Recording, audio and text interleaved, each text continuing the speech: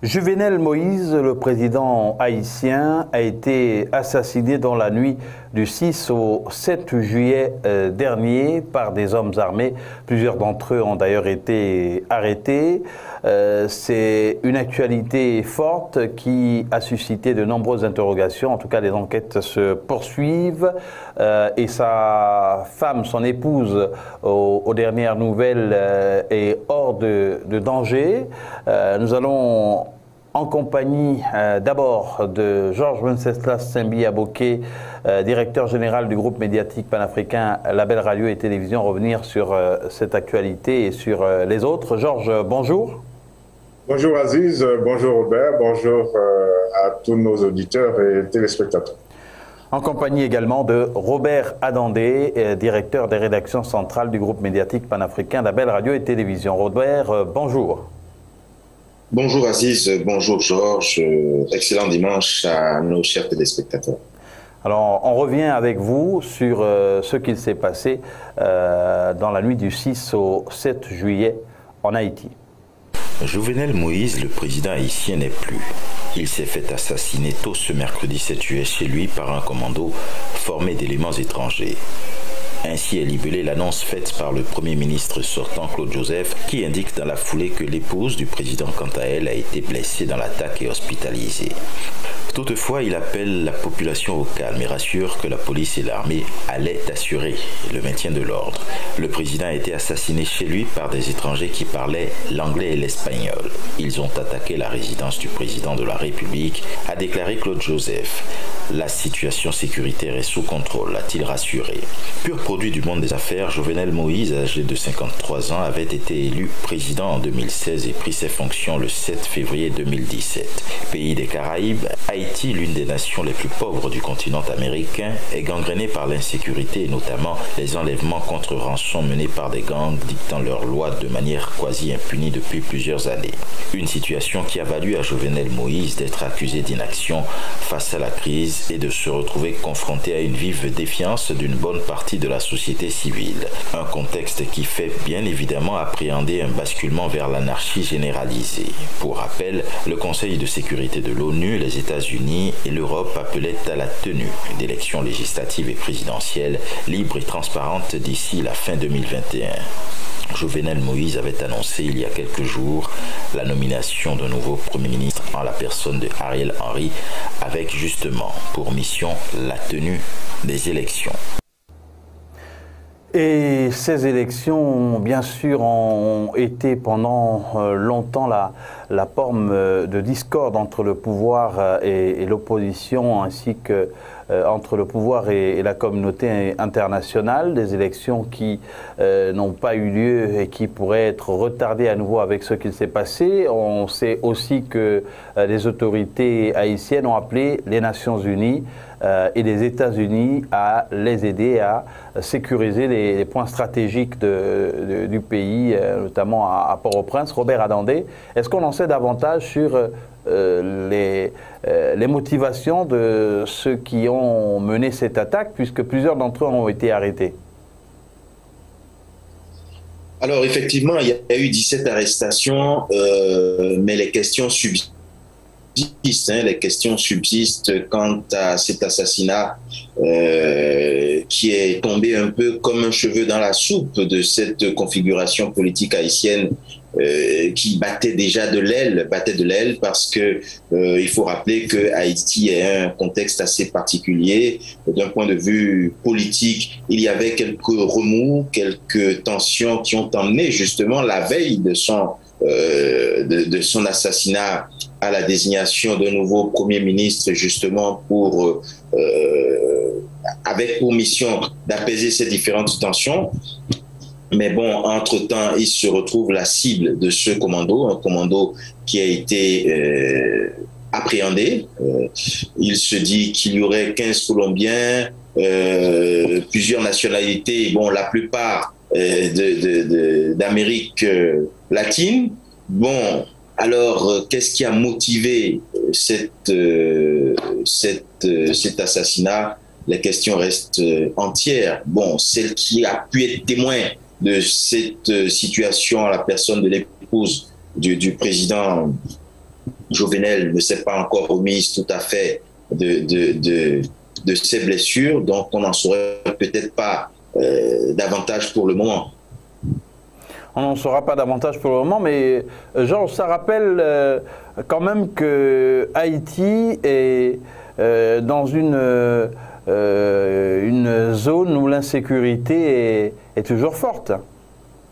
Oui, Haïti a beaucoup de problèmes, des problèmes de sécurité, des problèmes liés à l'environnement, des problèmes politiques. En tout cas, ce pays a du mal à redresser la tête parce que depuis son indépendance jusqu'à maintenant, difficile a été la vie dans ce pays parce qu'on a eu des dictateurs et puis voici qu'aujourd'hui, bon, c'est un président qui est tué. Alors la République de Haïti a tous les problèmes de sécurité, des problèmes politiques et a du mal à relever la tête.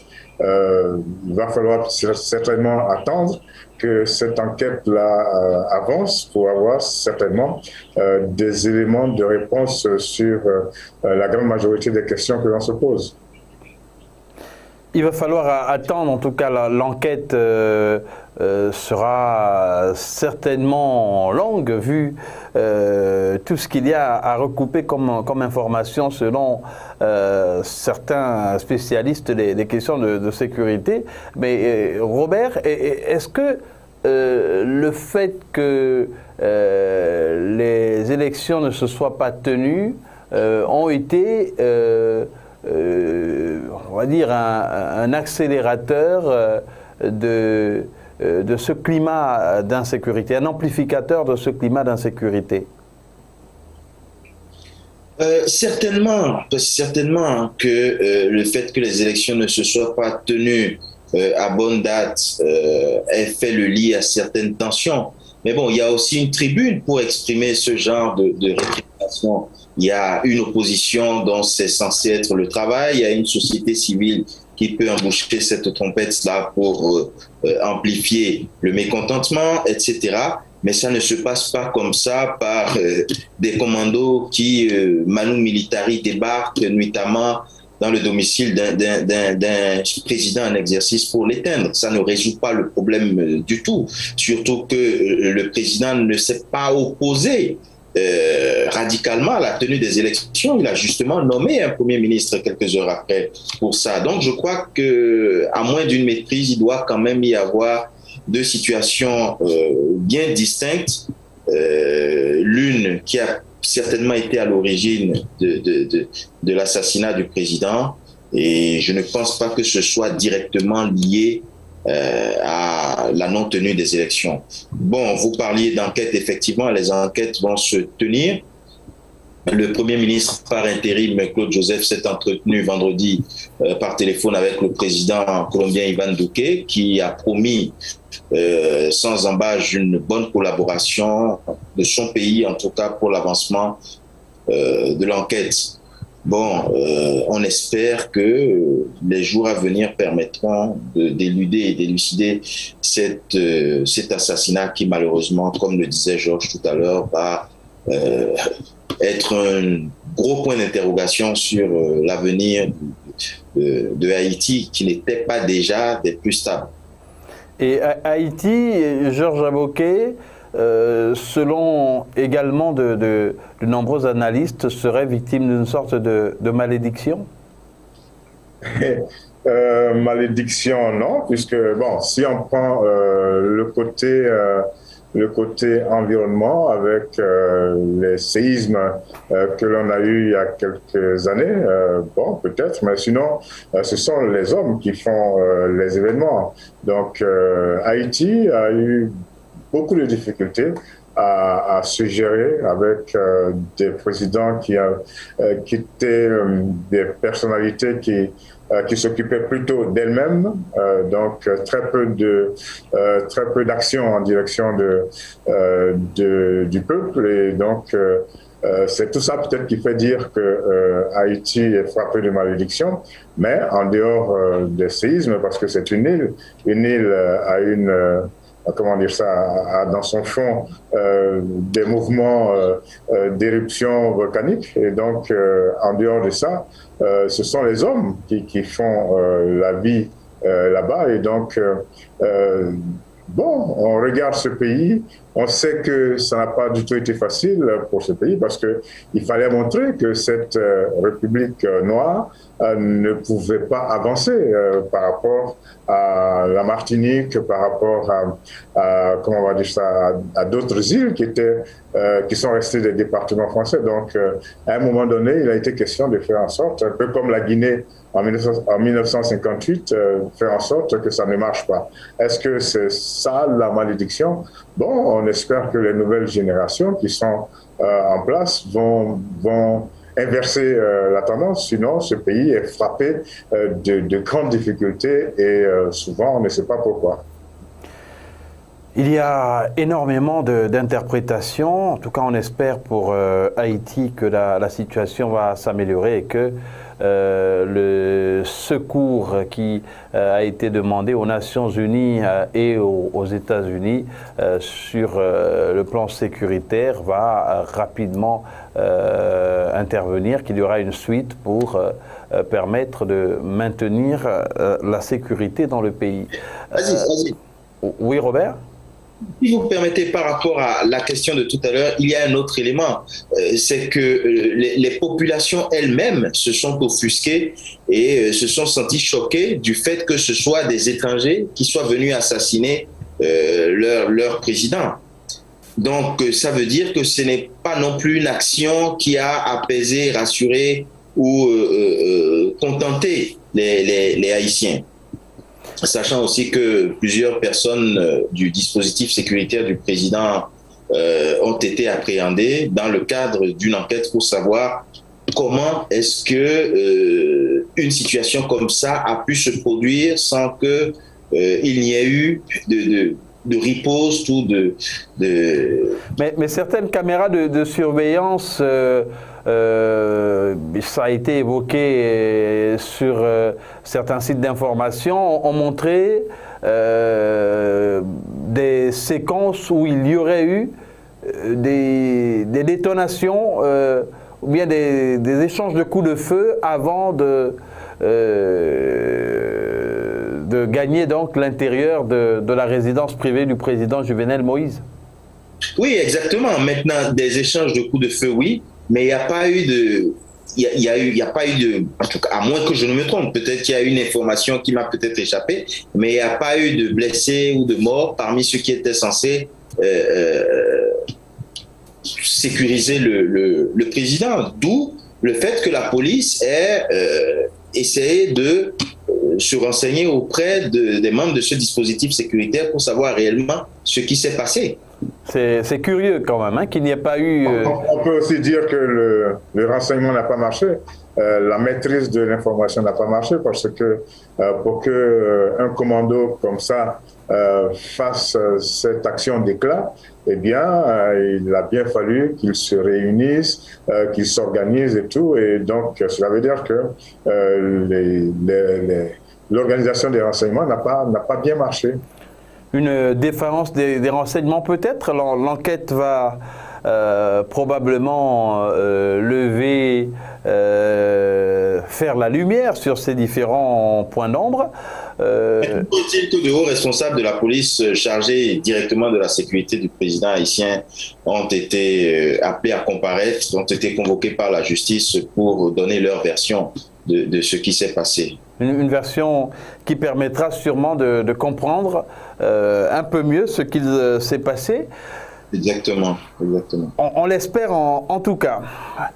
En Afrique du Sud, à présent, c'est en tout cas un développement qui est tout à fait étonnant. Le président, l'ancien président Jacob Zuma s'est constitué prisonnier avant que la police ne vienne le chercher. Je crois qu'il a observé que les taux se resserraient autour de lui. C'était in extremis et même inattendu de la part de Jacob Zuma, condamné à 15 mois de prison la semaine dernière pour outrage à la justice, après avoir refusé de comparaître devant une commission anticorruption en février dernier. Ce mercredi 7 juillet au soir, la fondation qui le représente a indiqué dans un message Twitter que le président Jacob Zuma a décidé de se conformer à l'ordre d'incarcération. Au moment de la publication de cette information, l'ex-président était en route pour se rendre dans un établissement correctionnel situé dans la province du KwaZulu-Natal, sa province d'origine, où il s'était retranché. Plus tard, et par le truchement de ce même réseau social, le ministère de la Police a confirmé que l'ancien président d'Afrique du Sud, Jacob Zuma, avait été placé en détention. Il est entré dans l'enceinte de la prison d'Escort sous forte présence policière et l'administration pénitentiaire a indiqué que c'est en ces lieux que Jacob Gedlei Lekisa Zuma a été admis pour commencer à purger sa peine. Pour rappel, la semaine dernière, Jacob Zuma se faisait condamner par la Cour constitutionnelle pour avoir évité obstinément de répondre aux questions d'une commission d'enquête sur la corruption. À compter du jour de sa condamnation, il disposait de 5 jours pour se constituer lui-même prisonnier au poste de police de Nkandla ou à celui de Johannesburg. Sinon, la police aurait pour ordre de l'arrêter d'ici mercredi minuit. Face à cet ultimatum, il a longtemps préféré opter pour une opération d'intimidation. Toutefois, l'ancien président qui a multiplié les recours en justice a obtenu que la Cour constitutionnelle réexamine sa sentence lors d'une nouvelle audience prévue le 12 juillet. Dans la foulée, il avait également réclamé que son arrestation soit suspendue d'ici là, mais la décision doit être rendue vendredi par le tribunal de Pietermaritzburg, situé à l'est du pays. Le porte-parole du Congrès national africain au pouvoir, Paul Mabé, a salué une victoire pour l'état de droit et l'indépendance de la justice. Georges Aboké, Jacob Zuma a-t-il essayé d'intimider la justice ou de la défier? Oui, on peut le penser, mais il s'est vite ravisé. Il a vu que la justice était bien déterminée à faire son travail et donc il a dû plier l'échine et se soumettre à la décision de la justice. Il oubliait que l'Afrique du Sud est dans un type d'organisation politique telle que la justice est vraiment indépendante pratiquement du pouvoir politique et elle fait son travail en bonne et due forme. Il oublie également que c'est parce que quand il était président de la République, il y a eu un certain nombre de malversations, de fumée autour d'un certain nombre d'affaires, de corruption et tout. Et il a oublié que c'était tout ça qui lui avait fait perdre le pouvoir. Et donc, il s'est ravisé rapidement et il s'est rendu compte que il n'avait pas autre chose à faire que de se plier à la rigueur de la justice. Se plier à la rigueur de la justice avant d'être humilié en se faisant arrêter, c'est un choix plutôt intelligent. Ça semble, et c'est l'observation de certains analystes, lui avoir été soufflé par ses avocats, Robert Adandé. Oui, exactement, et il a bien fait de les écouter parce que le rouleau compresseur de la justice sud-africaine était complètement en branle et rien n'aurait pu empêcher une arrestation même spectaculaire, ce qui aurait été non seulement dommage mais une humiliation pour quelqu'un qui a quand même présidé aux destinées de l'Afrique du Sud. Ça aurait été très triste comme image à voir et heureusement que la sagesse a pris le dessus sur les questions d'ego et les défis qui n'auraient peut-être pas dû être. On ne lui a demandé qu'une chose, c'est se présenter devant les instances judiciaires de son pays et puis répondre de faits relevant de son magistère. Il y avait qu'à se présenter à obtempérer, comme on disait la dernière fois, nul n'est au-dessus de la loi. Il aurait pu donner cet exemple-là et puis jouer le jeu de la justice, quitte à après ne pas être d'accord et puis le manifester par les recours possibles, un peu comme cette arrestation qui a fait l'objet d'une procédure de sa part pour la contester. Je crois que c'est ce qu'il aurait dû faire depuis le début plutôt que de se donner en spectacle pour finalement allait se constituer lui-même prisonnier. Mais bon, comme on dit, mieux vaut tard que jamais, et ça a été sage comme décision de sa part. Et cette condamnation divise profondément l'ANC, semble-t-il. Oui, c'est le parti qui est au pouvoir, le parti est au pouvoir, mais en même temps, l'ANC joue sa crédibilité. Tous les autres partis de l'opposition regardent. Et bon, il y a des enjeux à l'intérieur de cette affaire, il y a des enjeux.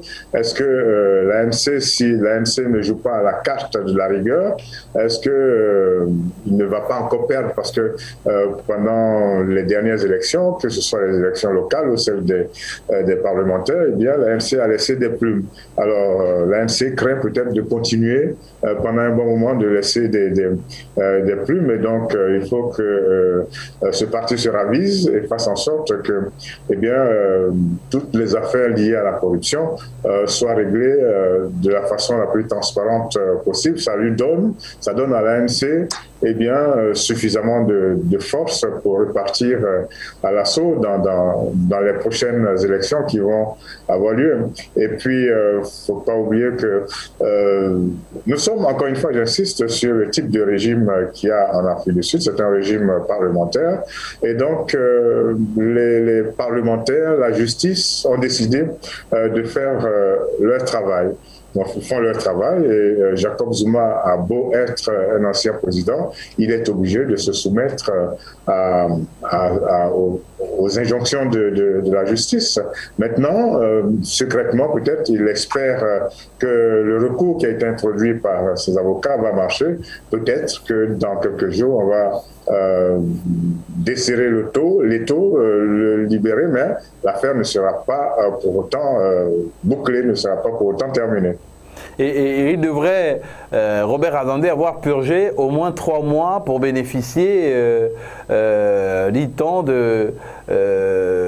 pas de largesse, mais pour bénéficier de ces mesures qui permettent aux condamnés de sortir prématurément de prison ou avant le terme, avant d'avoir totalement purgé la peine. Mais Robert Adandé, exactement, on est dans une configuration particulière parce que ces soupçons de corruption, au-delà de Jacob Zuma, touchent aussi des gens de l'actuel régime, des autorités de l'actuel régime.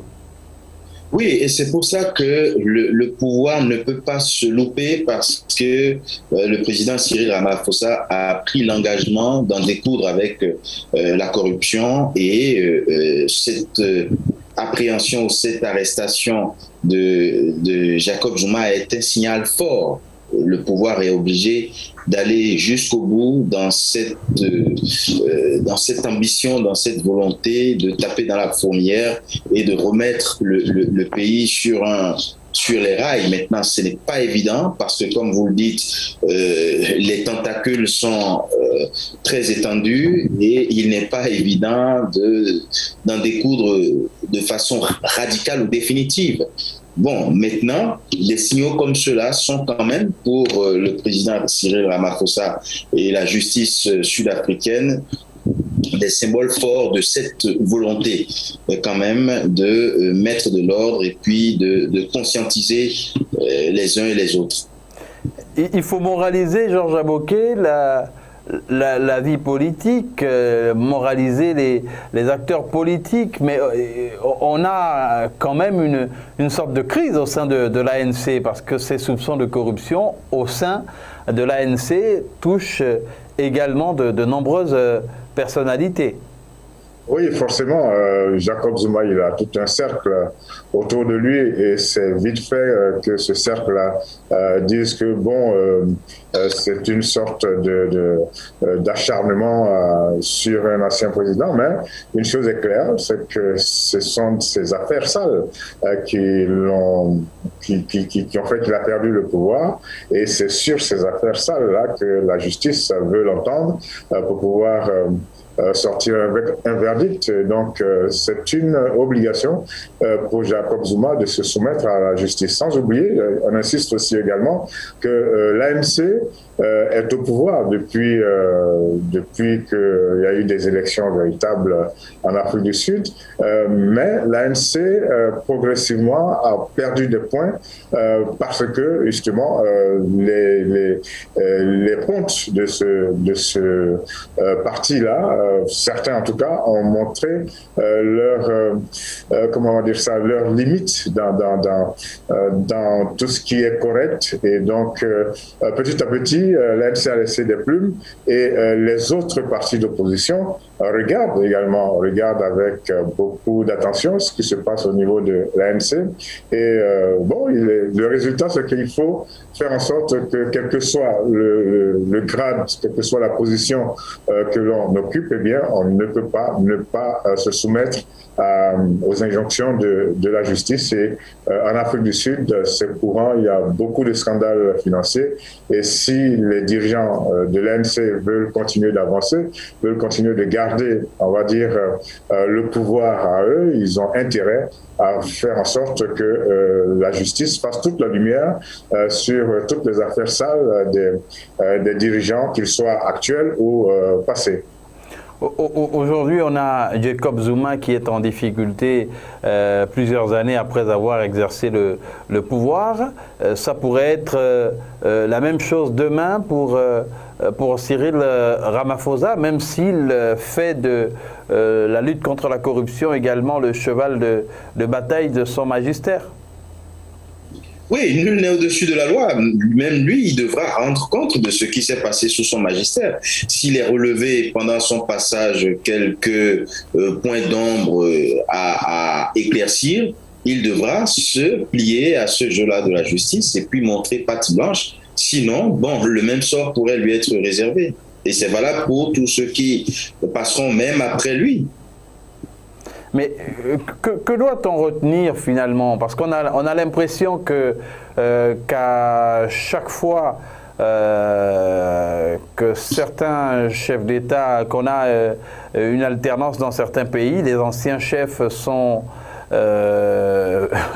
inquiétés par la justice. Est-ce qu'on serait dans un schéma d'instrumentalisation de la justice?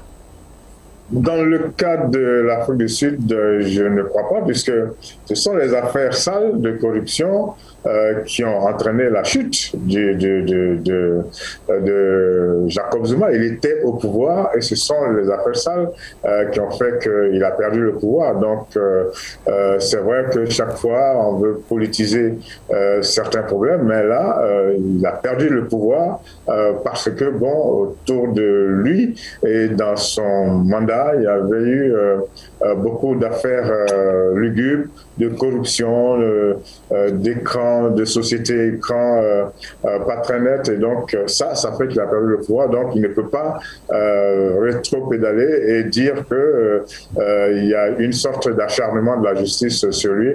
Non, ça a été l'inverse plutôt. Et c'est comme ça qu'il a perdu le pouvoir. Lui-même, il avait remplacé Thabo Mbeki. Et c'est comme ça que les choses tournent. Donc, Cyril Ramaphosa, il a tout intérêt à faire en sorte que cette affaire concernant Jacob Zuma aille jusqu'à son terme, et il a tout intérêt à faire aussi en sorte qu'à l'intérieur de l'ANC qui est au pouvoir, eh bien, les choses se fassent de façon propre et claire. Et le cas de l'Afrique du Sud devrait pouvoir inspirer beaucoup d'autres pays africains. Malheureusement, dans la plupart des pays africains, ce n'est pas le même régime politique. On est tous, la plupart du temps, dans des régimes présidentialistes. Et ça, ce n'est pas toujours très évident pour faire la lumière sur certaines affaires. On aurait été dans ces pays-là dans des régimes parlementaires. Il est sûr que des affaires auraient éclaté et auraient éclaboussé les tenants du pouvoir. Mais il faut espérer que petit à petit, eh bien, ce type de régime gagne l'Afrique. Sinon, bon, on voit comment les présidents africains, un peu partout, se comportent pratiquement en demi-dieu. C'est eux qui décident concernant la justice, alors que quand on est dans un régime parlementaire, eh bien, on laisse les députés, on laisse la justice faire son travail. La justice a du pain sur la planche dans de nombreuses affaires et notamment en Afrique du Sud avec le lourd dossier de l'ancien président Jacob Zuma. Un autre qui a des soucis avec la justice, des soucis à se faire, c'est Karim Keïta, le fils de l'ancien président du Mali, Ibrahim Boubacar Keïta. Un mandat d'arrêt international a été émis à son encontre il y a quelques jours. Il y a fort à parier que depuis le 5 juillet dernier, Karim Keïta ne passe plus des nuits paisibles. Le fils aîné du président malien déchu, Ibrahim Boubacar Keïta, se trouve être le principal concerné d'une notice rouge d'Interpol à la demande d'un juge d'instruction du tribunal de grande instance de la commune 4 de Bamako. C'est ce qui ressortirait d'informations rendues publiques par de nombreux médias et fortement relayées sur les réseaux sociaux. L'ancien parlementaire malien Karim Keïta serait recherché dans le cadre d'une enquête relative à la disparition d'un journaliste d'investigation malien. Une affaire qui remonte à l'année 2016. Selon le directeur de publication de l'hebdomadaire privé malien Le Sphinx pour lequel il travaillait, Birama Touré aurait disparu le 29 janvier 2016, après avoir approché Karim Keïta au sujet d'un dossier qui serait compromettant pour le fils du président. Même si rien n'établit une corrélation entre la rencontre des deux hommes et la disparition du journaliste, ses proches craignent qu'il n'ait été tué après avoir été enlevé et torturé. Élu député en 2013, puis réélu en 2020, Karim Keïta était perçu par des Maliens comme l'archétype de la prévarication sous le magistère de son ex-président de père, Ibrahim Boubacar Keïta. Le vice-président, comme le surnommaient ses adversaires, avait été contraint d'abdiquer de ce poste clé de président de la commission de la défense de l'Assemblée nationale en juillet 2020, alors que la contestation contre le régime d'Ibrahim Boubacar Keïta était en pleine effervescence. Après la chute et l'arrestation de son père, courant août 2020, Karim Keïta, qui avait trouvé refuge dans un pays voisin du Mali, avait par la suite refait surface en Côte d'Ivoire. Karim Keïta a rattrapé par la justice. On a là également un dossier qui est lourd.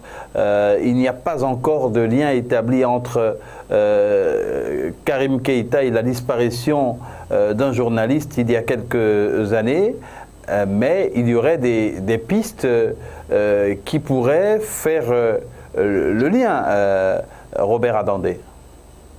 Bon, il y a quelques pistes. En tout cas, la justice malienne estime qu'il pourrait y avoir de petits sentiers qui peuvent mener à une quelconque responsabilité de Karim Keïta dans la disparition mystérieuse d'un journaliste en 2016, d'où cette saisine d'Interpol par la justice malienne qui a demandé l'émission d'un mandat d'arrêt international à son encontre. Les juges veulent l'entendre dans le cadre de cette enquête. Le journaliste malien disparu en 2016. Bon, maintenant, on ne sait pas comment ça va se passer et personne ne sait quelle est sa réelle implication ou non. Mais bon, toujours est-il que Karim Keïta, très proche de son père, a été obligé de prendre la poudre d'escampette au lendemain du coup d'État contre Ibrahim Boubacar Keïta. Et depuis quelques temps, il vit du côté... Il est d'abord passé du côté de la Côte d'Ivoire. Bon, maintenant, il est question qu'il rallie son pays. Si finalement Interpol accède à cette requête-là, il pourrait être contraint de gré ou de force de retrouver le Mali pour répondre de cette enquête. Georges Aboké, c'est vrai que pour l'instant, on n'en sait pas davantage sur le lien entre l'homme politique,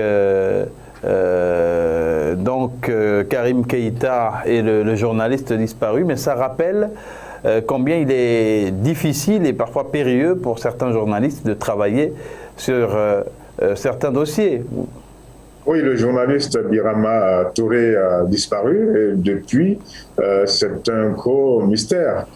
Cela nous fait penser à l'affaire Zongo au Burkina Faso. C'est des choses qui arrivent et c'est bien dommage que des gens soient en train de faire leur travail et que, ils se retrouvent en train de disparaître de cette façon. L'affaire Zongo n'a pas encore été élucidé. Toutes les parties prenantes n'ont pas encore répondu face à l'appel de la justice et on a le sentiment que cette affaire Birama Touré au Mali est en train de ressembler à celle de Zongo. Et donc, il est pratiquement sûr que M. Karim Keïta ne va pas se présenter, ne va pas répondre à cet appel.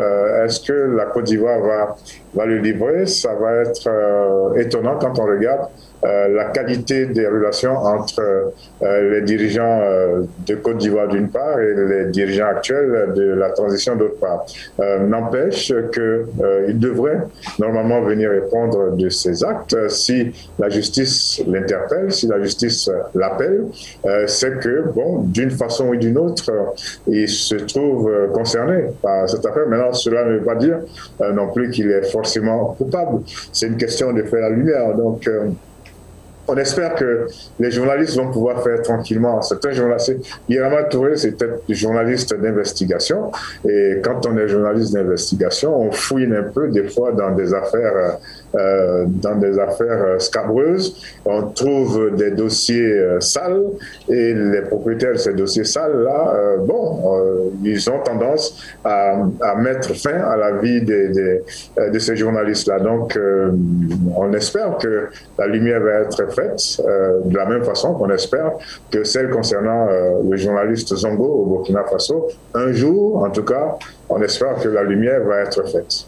On espère, on a une pensée pour tous ces journalistes tombés malheureusement au champ d'honneur de l'information d'Eda Aïdara en Gambie et bien entendu ces journalistes d'investigation tués aussi au Ghana il y a quelques années, mais dont les affaires sont pendantes devant la justice. Birama Touré, on le rappelle, est porté disparu depuis 2016. Et ça fait beaucoup, et c'est pas normal. Aziz, oui. À la suite de Georges, j'aimerais dire aussi que malheureusement, ce n'est pas en faisant disparaître les journalistes dans l'exercice de leur métier, en train de se retrouver, comme disait Georges tout à l'heure, devant des dossiers compliqués impliquant telle ou telle haute personnalité, que ces affaires ne connaîtront jamais la lumière. C'est une question de temps. Donc, on a beau faire disparaître 1, 2, 3 journalistes, la vérité finira par triompher et malheureusement, le problème ne sera pas résolu. Donc, il faut plutôt que de s'en prendre à des gens dont le travail est de faire éclater la vérité, de dire ce qui est, il vaut mieux se comporter de telle sorte de n'avoir pas à se retrouver gêné devant certaines situations et face à certains dossiers.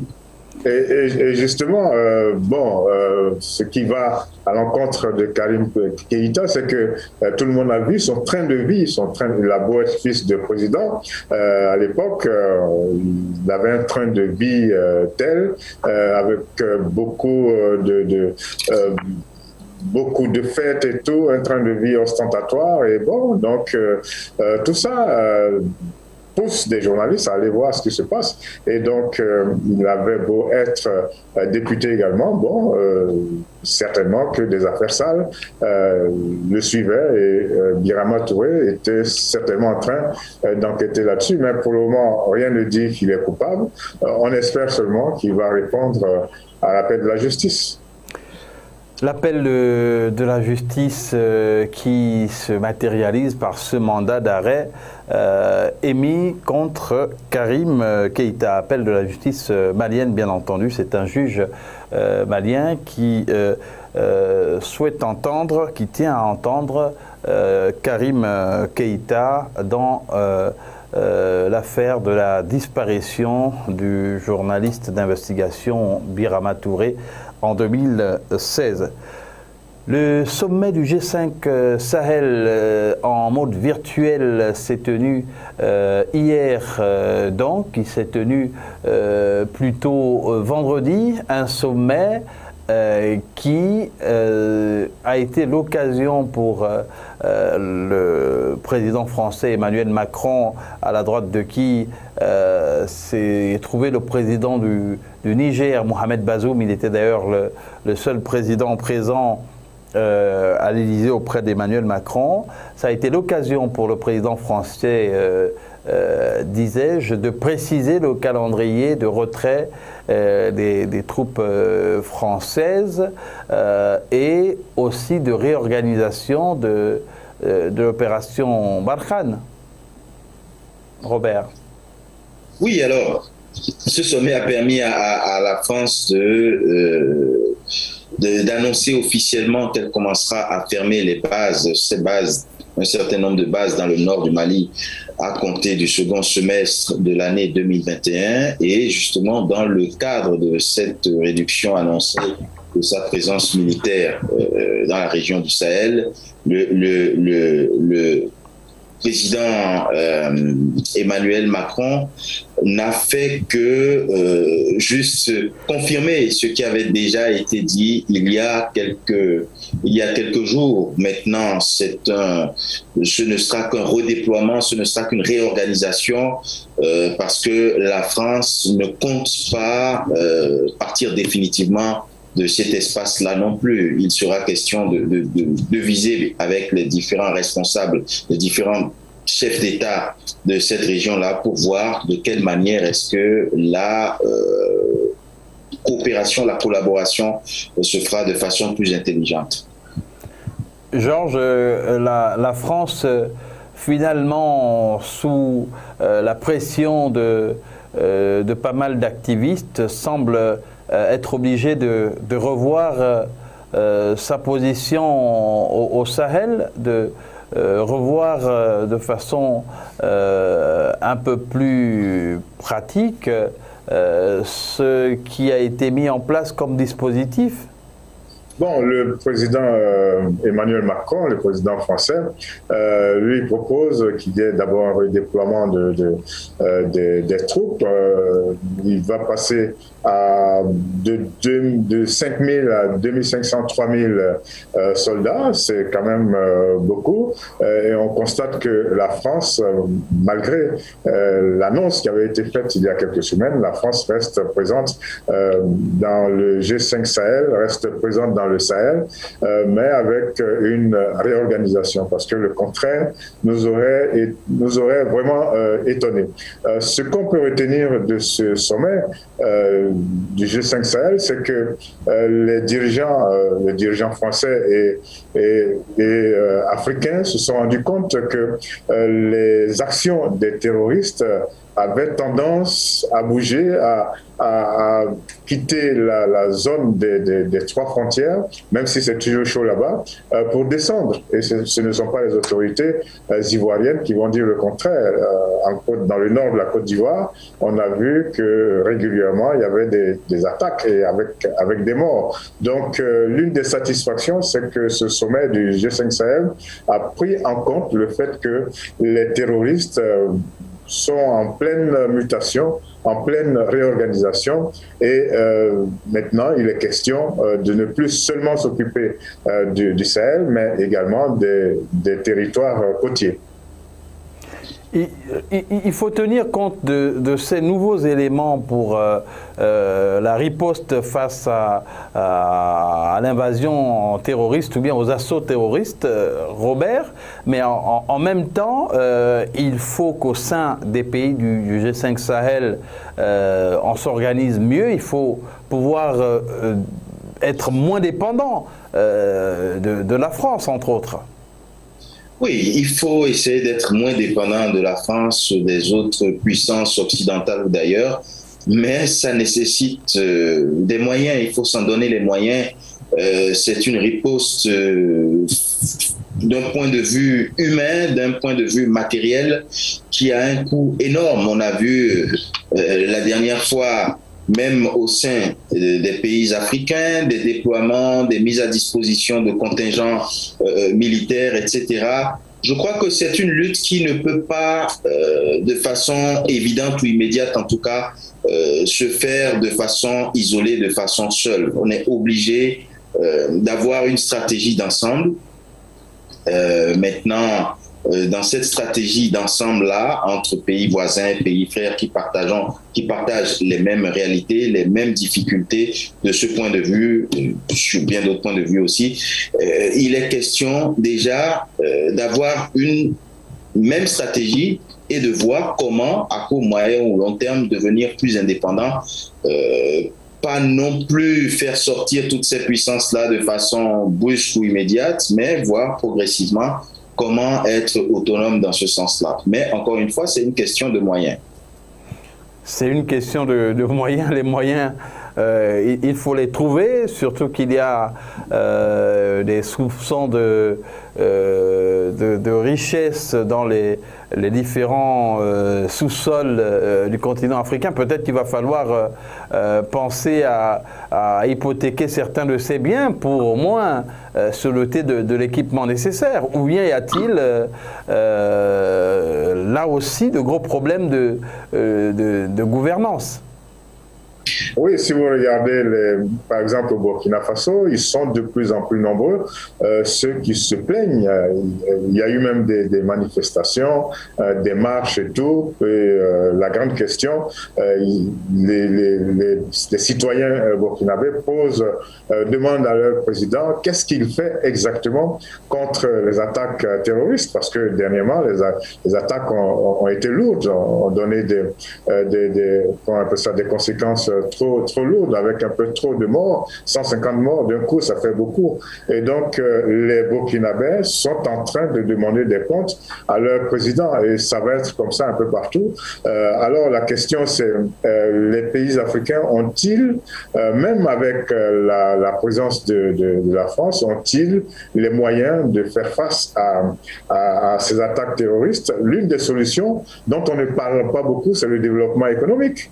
On ne parle pas beaucoup de cela, mais dans un pays, si le développement économique est bien lancé, si les richesses sont bien partagées, il serait difficile de retrouver des jeunes gens en train d'être recrutés pour aller commettre des actes terroristes. Donc, ça, c'est une piste dont l'on n'entend pas parler beaucoup dans la mise en place des solutions contre le terrorisme, mais il faut que les pays le sachent. Ils sont obligés de faire avancer leur développement économique pour faire en sorte que tous ces jeunes gens désœuvrés et tout ça soient occupés à travailler, voilà, tout simplement. Donc, c'est une équation difficile et tout à l'heure, je parlais des pays côtiers. Ils ont intérêt, dès maintenant, j'allais dire, à rejoindre le G5 Sahel.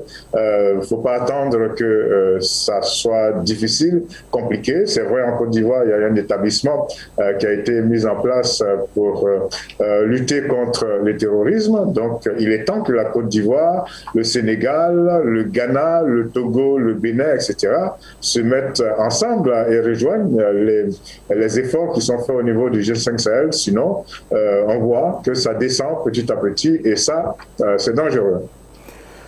Très dangereux et la lutte contre le terrorisme, bien sûr, reste la préoccupation dans la bande sahélo-saharienne avec tout ce qu'on a enregistré, vous l'avez souligné, Georges Aboké, dernièrement, entre autres en Côte d'Ivoire et au Burkina Faso. Un autre pays qui a su peut-être contenir l'invasion terroriste, l'Algérie, mais cette fois en politique, il s'agit de la formation d'un nouveau gouvernement, une formation de gouvernement qui était attendue, qui a été retardée et finalement qui s'est faite au grand bonheur de la classe politique. En Algérie, après la tenue des élections législatives il y a à peine un mois, le numéro 1 Abdelmadjid Tebboune vient de rendre publique sa nouvelle équipe gouvernementale. D'emblée, on y relève un retour notable, celui d'un véritable poids lourd de la diplomatie algérienne en la personne de Ramtan Lamamra. Âgé de 69 ans, il a déjà été ministre des Affaires étrangères sous le régime d'Abdelaziz Bouteflika. C'était entre 2013 et 2017 et il a également été ancien commissaire de paix et sécurité de l'Union africaine. Le retour d'une telle figure peut être le gage d'une volonté manifeste au sommet de l'État de se remettre au centre des questions stratégiques régionales, notamment sur le Sahel. Ce choix peut également être lu comme une volonté de peser face à son rival de toujours, le Maroc, qui entre-temps a gagné du terrain avec la reconnaissance par l'administration américaine de sa souveraineté sur le Sahara occidental. Toutefois, sur le plan intérieur algérien, ce nouveau gouvernement apparaît pour bien d'observateurs comme un changement dans la continuité. Au total, 17 ministres de la précédente équipe reconduits et pas plus de femmes qu'auparavant dans ce gouvernement. Il n'y a noté aucun représentant de la mouvance islamiste comme annoncé malgré leur score aux législatives. Les opinions fusent de toutes parts pour décrypter cette configuration gouvernementale. Selon certains, la composition de l'équipe peut exprimer la difficulté d'un régime isolé qui resserre d'abord les rangs au niveau du sérail interne avant de s'ouvrir éventuellement. L'opposition, elle, estime que le pouvoir algérien fait la sourde oreille devant les réelles sollicitations des Algériens 2 ans et demi après les premières manifestations du mouvement Hirak. Le difficile contexte de la pandémie du Covid-19 s'ajoutant au contexte économique déjà morose, l'opposition insiste, elle, sur la mise en place en urgence d'une feuille de route afin de sortir le pays de la crise économique et de la dépendance aux hydrocarbures. Dans la foulée, il est également proposé de libérer les détenus politiques et garantir la protection des journalistes. Nous sommes quasiment au terme de cette émission.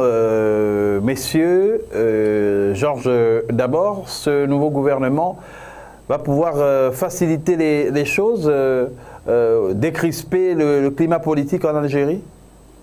En tout cas, il a du pain sur la planche, notamment au niveau politique déjà, parce que les Algériens, tout le monde les connaît, et quand ils ne sont pas d'accord, eh bien, ils descendent dans la rue.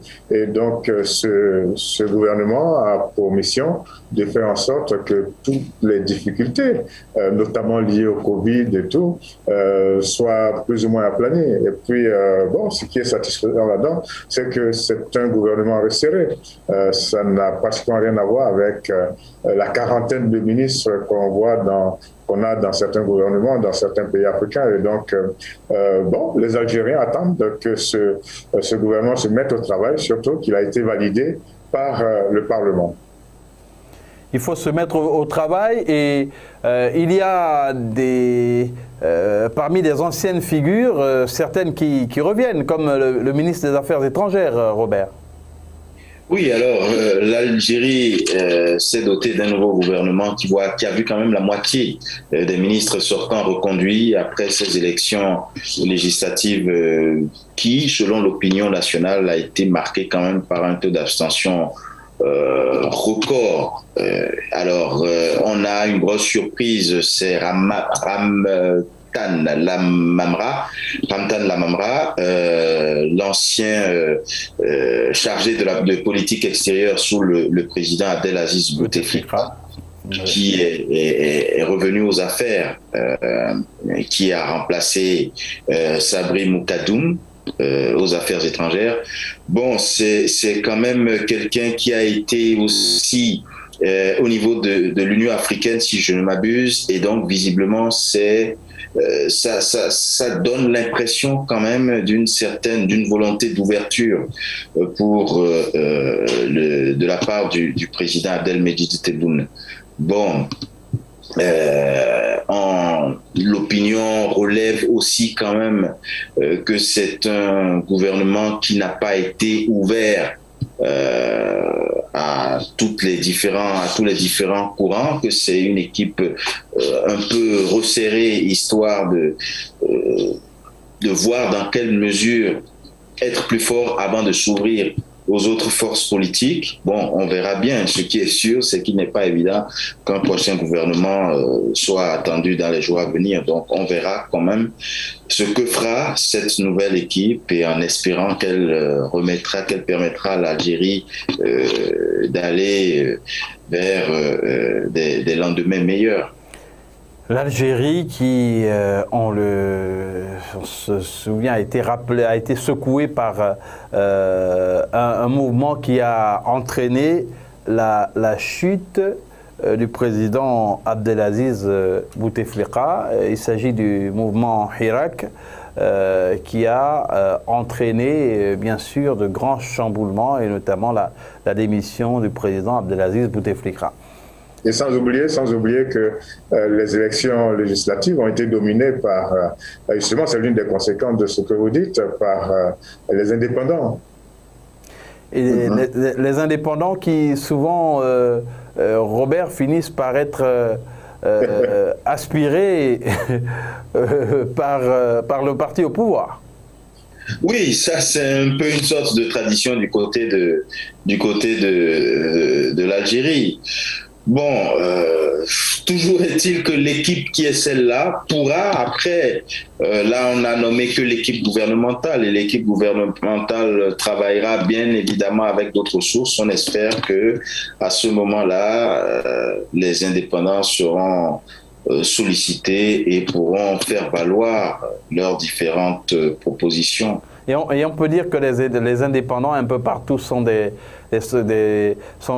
décrits comme des jokers pour le parti au pouvoir. Ils opèrent sans étiquette et ils sont utilisés quand c'est nécessaire pour...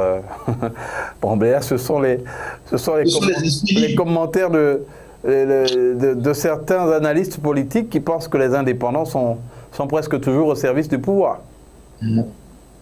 Oui, après, oui, de toute façon, c'est des esprits libres et tout citoyen est censé être en mesure, en fonction de ce qu'il espère avoir comme contribution pour son pays, est censé pouvoir servir son pays d'une manière ou d'une autre. Maintenant, sous quelles conditions, sous quelle bannière, bon, point d'interrogation. Maintenant, il faut justement qu'il y ait des personnes sans couleur politique, des personnes libres, complètement indépendantes pour faire bouger aussi la vie politique d'un pays. Tout le monde n'est pas obligé d'être partisan ou affilié à tel ou tel parti au pouvoir. Quelque chose à ajouter sur le sujet, Georges, avant de conclure? Bon, c'est une tendance,